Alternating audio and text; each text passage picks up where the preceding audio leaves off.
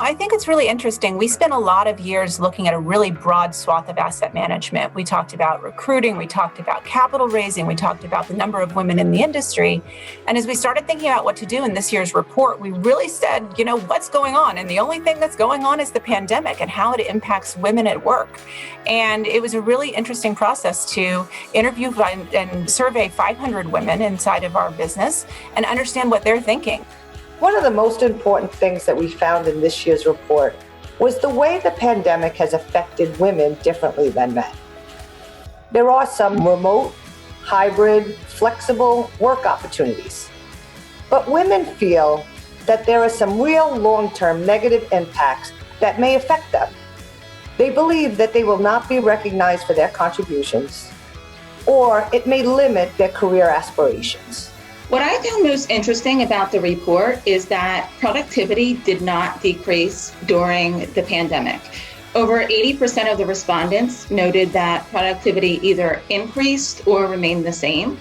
There were definitely some short-term challenges that the pandemic brought in light of school closures and lack of daycare, but I am a believer that sometimes you need to take a step back before you take 2 steps forward. And I think that the benefits around flexibility would have a greater impact in the long run and would allow us to be both successful as parents and professionals at the same time.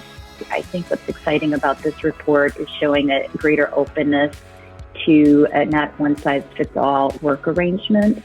It'll be important, though, for that to be successful through proper coaching and mentoring of professionals who raise their hand to work under a arrangement like this so that they can continue to see career advancement in their future.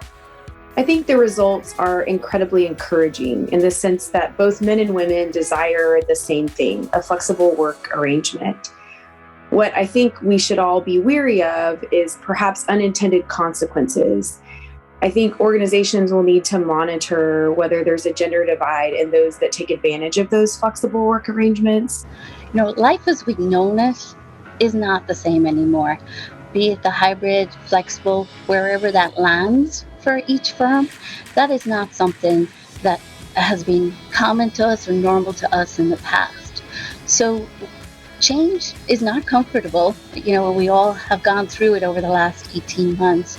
But I think going forward, employers and leaders really need to be nimble in embracing that change.